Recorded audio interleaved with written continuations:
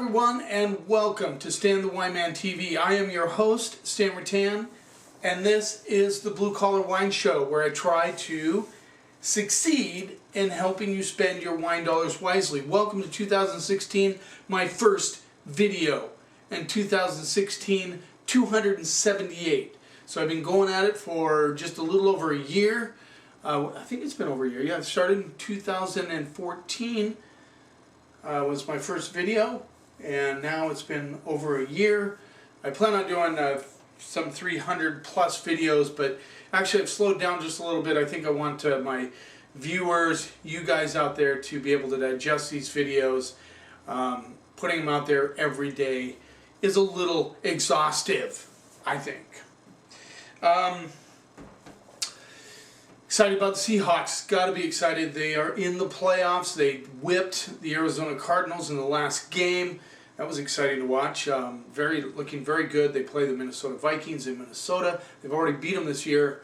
My prediction for that game, I will give at the end of the video. I promise I have to remember those things. Sometimes I think I get in a rush and I forget to mention those particular things. The next two episodes I'm going to do are focusing on blends, because I believe that blends are a huge category, but the funny thing about blends is that they come from all over the world, and oftentimes when we are a new wine consumer, or maybe we're just a casual wine consumer, we don't think about it.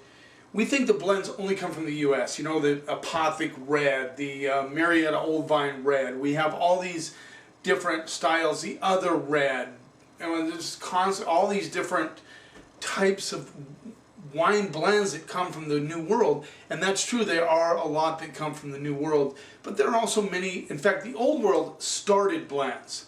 The only difference between the Old World and the New World is, for instance, in Bordeaux, most of them are blends, not all of them, but most of the Bordeaux's are blends of Cab Merlot, Cab Franc, Petit Verdot, and, well, it used to be Malbec.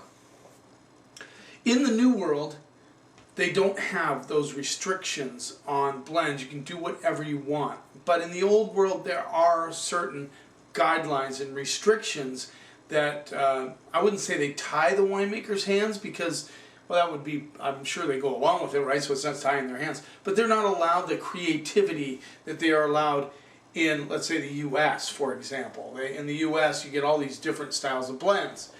What we're going to do now is go to the blends in the Cotes-du-Rhone.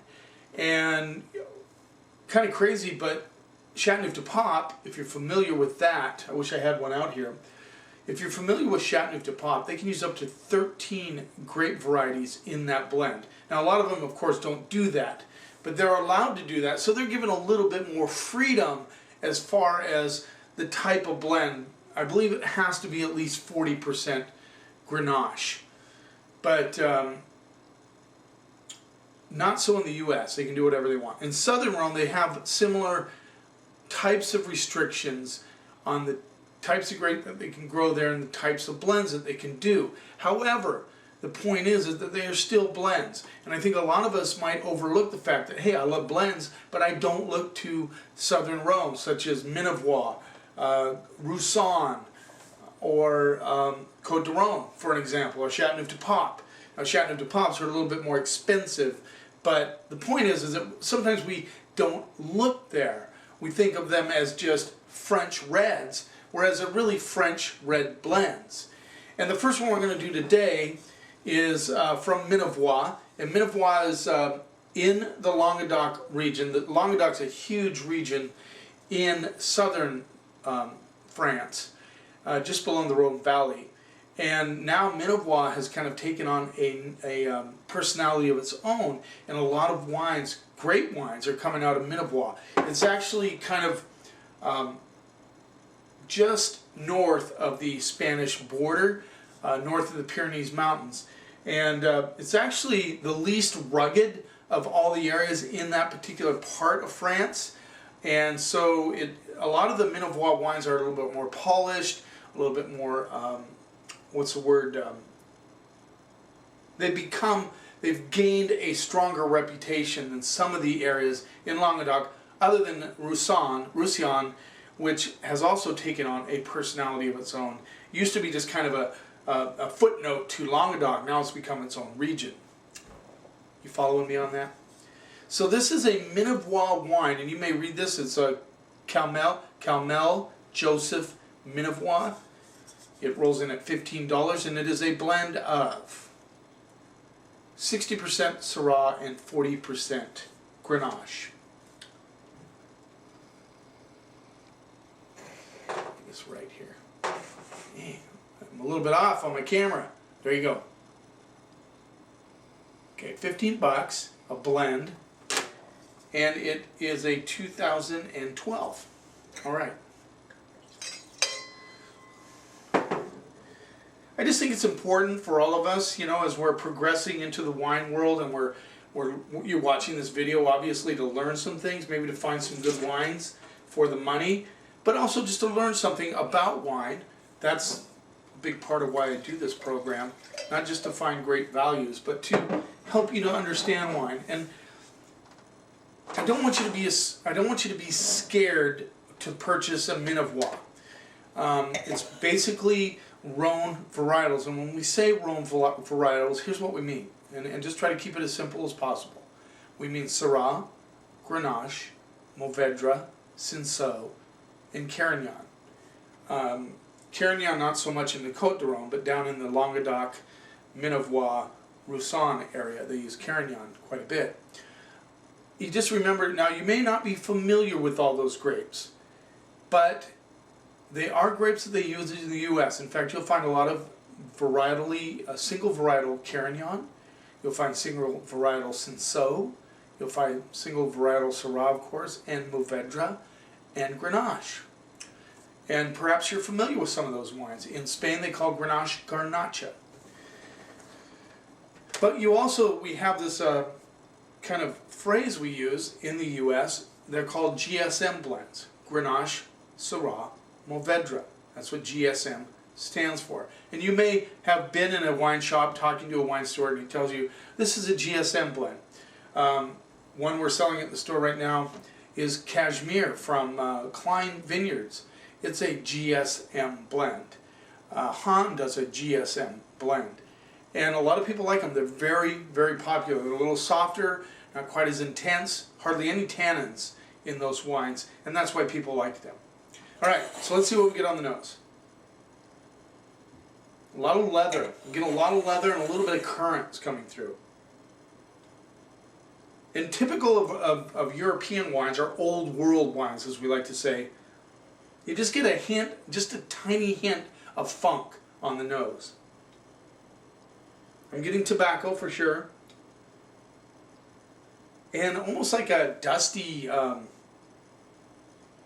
earth, like forest floor. That's what I'm getting. Like, you know, not wet forest floor, but like when you know, in the summertime you're going through in a forest and there's a lot of heavy pine needles, you get that kind of scent. That's what I'm getting on the nose. You're even getting a backdrop of cherries coming through on this. Let's see what we get on the palate. I'm actually salivating.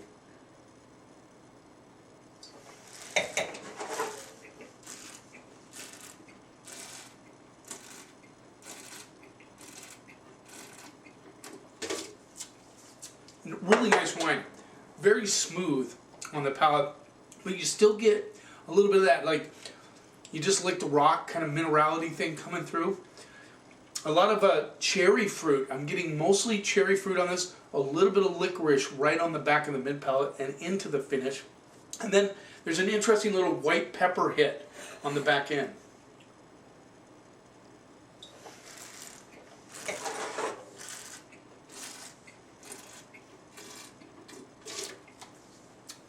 The cool thing about Old World, when we say Old World, we mean Spain, and I'm not going to give you all the Old World areas. There's some main ones. Spain, Italy, France are the three top Old World. Of course, you have Germany, of course.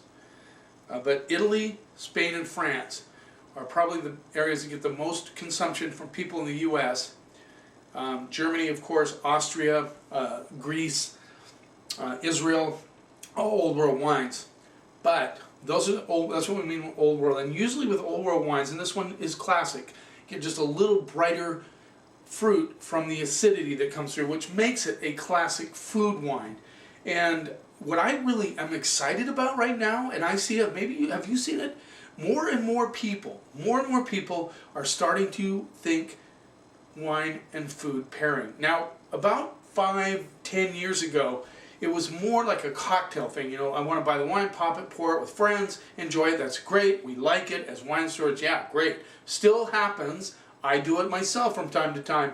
But I'm seeing more and more people think, what wine do I pair with this food? Which wine would be best with that food? Even the younger ones, the millennials, are starting to look at that food and wine pairing. In fact, coming up soon, I have a best wines with lasagna tasting that I'm putting together so that people get the idea that you should pair wines with food.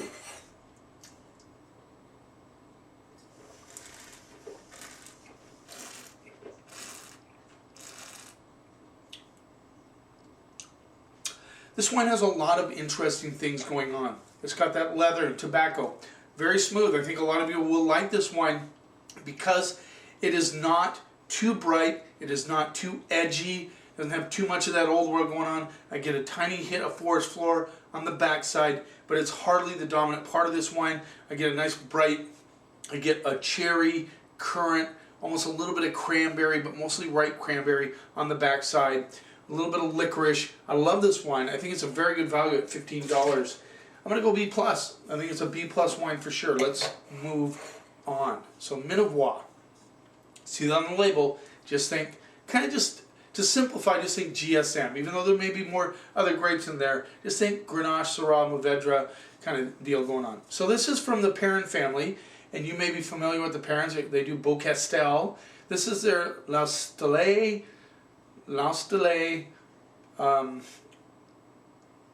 GSM, I know. Southern Rhone blend, wine made from organic grapes. So this is a organic farmed, organic grape wine.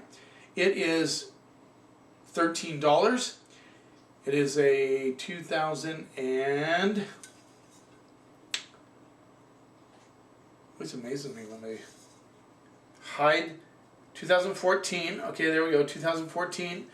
It is a Syrah Grenache Mourvèdre with a dash of Merlot.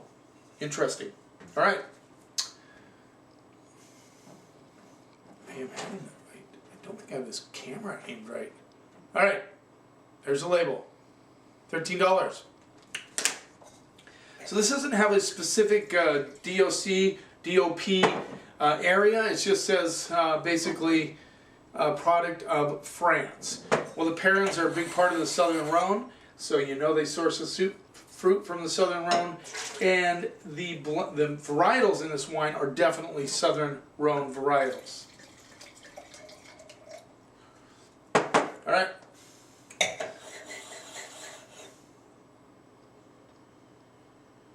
So definitely leather. That's the first thing that hit my nose was leather. By the way, I just did a video on Mourvèdre and what it's all about, what to expect.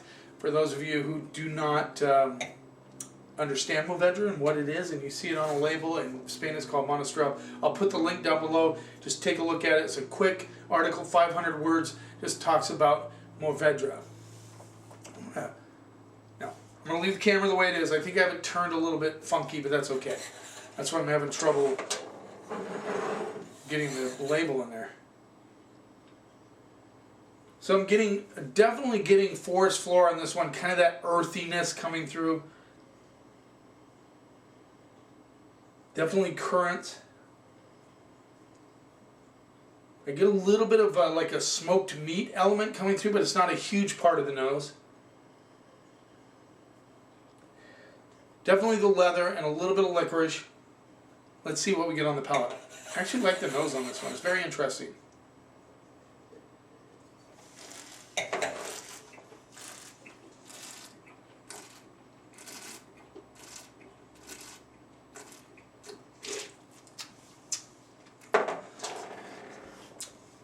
Two in a row. I really like this one also. $13.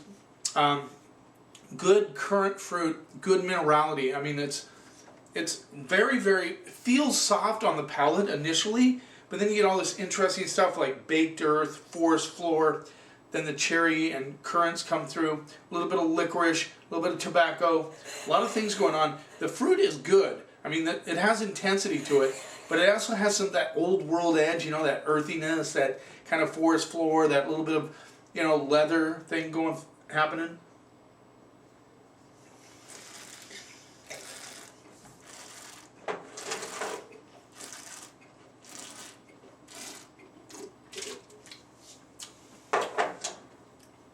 A little bit of tar action, a little bit of roasted meat action on the backside of this wine. Very interesting wine, very good. I'm actually pleasantly surprised. For those of you who are, you know, big into the organic side of wines, you're really going to enjoy this wine. It is really a classically good wine made from a very strong pedigree in the Perrin family. They did an excellent job with this wine. I'm really impressed for that money. I'm going to go B+ on that one too. I think it's a great value. Good job. I want to give a quick shout out to William Taylor. It's funny, I usually get email notices that somebody commented on a video, and he commented on a video I did back in March, Washington Wine Month, and I responded to him, and I appreciate the input. William, thanks for watching. It means a lot to me. And he asked me where I get my wines. Most all my wines are samples given to me by sales reps who come to my store. I work in a grocery store in the San Juan Islands with a huge wine department. We do a lot of business there, and we've developed a good clientele. And so, you know, of course, these guys want the business. They know I'm doing the YouTube. At this point, I wish to thank all of you guys who support me on these YouTube channels, who like the input that I give, who watch them, who look, of course, follow up. That's important. A lot of them come back and say, hey, you really like that wine on YouTube. Maybe you want to bring it into the store. That's a good thing. That means you're doing your homework. That means you're following up, and I appreciate that. So I get my samples from the vendors for me to try, to see if I want to bring them in the store. And yeah, I guess that's it. You know, and he gave some nice input on Red Mountain. I actually did Red Mountain fruit, and I picked, actually it's kind of funny, I picked all the guys that I didn't have wineries on Red Mountain. They just sourced all their fruit from Red Mountain, and he thought it would be cool to represent Red Mountain wineries up there, and I agree. That would have been a good thing. I didn't think about it, and possibly because the samples that I got were not wineries that were actually on Red Mountain, such as Hedges, Kiona, Charlie Hoppus from Fidelitas, those guys, Hightower. Didn't get any of those wines, so that's why it was that way. But I really appreciate it. Thanks for watching. Let's move on. So this is a Kermit Lynch imported wine. It is a Cotes-du-Rhone. It is actually 100% Grenache, I believe. I looked it up. That's what it said. Domaine Gramenon La Sagaisie, 2012, Cotes-du-Rhone. I believe La Sagaisie is a vineyard where the grapes are sourced. And when I looked it up online, it said it was 100% Grenache. I hope I'm correct on that. And if I'm not, let me know. There you go. This rolls in at $40, so this is not no chunk change on this one. For those of you who are not familiar with the name Kermit Lynch, he has become a fairly well-known importer of great wines. He has his own store down in Berkeley, North Berkeley, California. I have not been there. I've been to San Francisco many times, but have not been to his shop. I plan on going there someday. Let's see what we get on those. He wrote a book. I can't remember the name of it. I read it. I should have brought it out. Anyway, he wrote a book about his ventures in becoming a guy who goes to France, searches out great wines, and then imports them into the United States. It's really a good book. Of course, you know, Kermit Lynch is very, very opinionated, and he gives his opinions about certain things in wine, but I've come to respect his palate and the wines that he chooses to bring in. Let's see what we get on the nose. Boy, look at the color on this. It's really, really intensely dark. Now, this has poop on the nose. Poop and bark.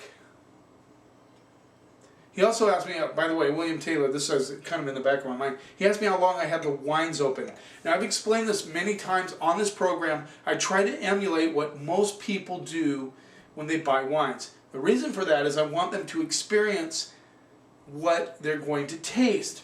Now, I could take all these wines and decant them for a couple, 3 hours, pour them back into the bottle, and do the episode. How many people actually do that is the percentage is very low. Most people, they say, on average, consume their bottle of wine within an hour after they uncork it at home. So most people do not decant their wines. I encourage decanting, especially with bigger wines. So what I do is I uncork the wines about 3 to 4 hours before I do the show. It doesn't get a lot of air in there, but it does help it breathe a little bit. That way I'm a little bit more fair to the producer, and I'm still getting closer to what the consumer is getting. And I apologize to those of you who decant. Fist pump to you that do decant. That's important in a lot of these bigger wines, such as this Cotes-du-Rhone, would probably benefit from a little bit of decanting, whether it's in a Kool-Aid pitcher, a mason jar. It doesn't have to be anything fancy where you pour it a little bit out in the glass, shake the bottle. I'm going to do another decanting episode because I did one a long time ago. I'm getting more viewership now. If you want to check it out, it was real early in the program. I did a blender, I did the Venturi, I did a couple of things to see how they would affect the wine. And I also did a decanter. I'm going to do another one because there's obviously other ways that you can expedite the decanting of a wine and give it some air and make it better. Make it better wine when you consume it. All right, let's see what we get on the nose. We already talked about the poop and the bark. Oh, just can't get past that. Now, it's not like, it's the essence of poop. That's not a bad thing. I know it's hard to understand that, but that is not a bad thing in a wine. It's just part of that funk that we talk about with some French and European wines. I get a little licorice on the backside. Definitely tobacco. Now this one's a meaty sucker. I mean, it is meaty. It's got that really kind of roasted meat element on the nose. All right, let's see what we get on the palate. Even a hit of blueberry came through. Let's see what we get on the palate.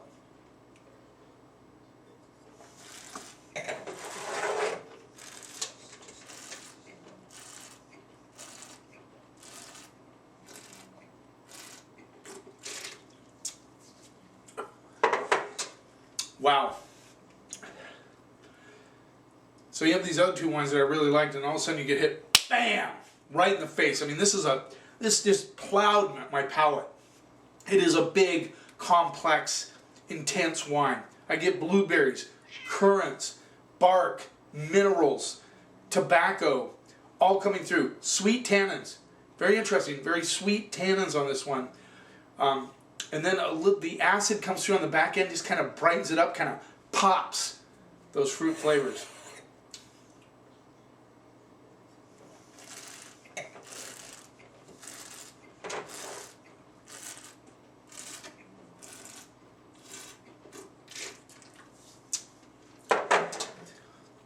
Gets real kind of tarry and intense on the back line. The finish is amazing. A lot of minerals. I mean, I'm getting a lot of crushed rock, almost like sand, but not the feel of sand, but just like that kind of, like, yeah, crushed rock, I guess. But that's what sand is, right? But not as fine as sand, I guess is what I'm trying to say. Anyway, nice complexity, nice intensity, good acidity. It starts off smooth and gets into that mineral element. This needs food. I'm still tasting the wine. Really incredible. I'm almost getting like a cherry red flower thing going on the backside.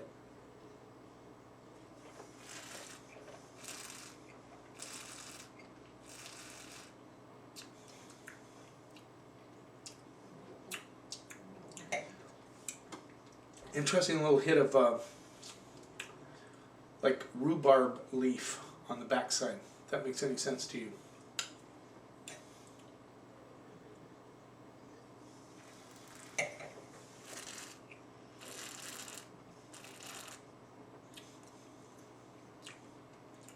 almost has like a glycerin element through that kind of hangs with the minerals and the fruit. Get a little bit of plum, blueberry, cherry, and currant, kind of all combined on that end of that. And then there's a leather thing that really hangs on with those minerals on the backside. Very interesting wine, very complex. Definitely for 40 bucks, I think it's a value. This thing will lay down too. It's a 2000, what did I say, 12? It'll lay down probably for another 5 to 8 years and just get better. I'm going to go A- on that. I'm hedging up just a little bit. I think these are great values for 40 bucks. It's a little stiff for this wine, but it's definitely an A- wine. I appreciate your support. I hope I can continue to teach you about wines and help you understand your palate, because you know that's what's important, is your palate. Not mine, yours. You keep watching, and I'll keep helping you spend your wine dollars wisely.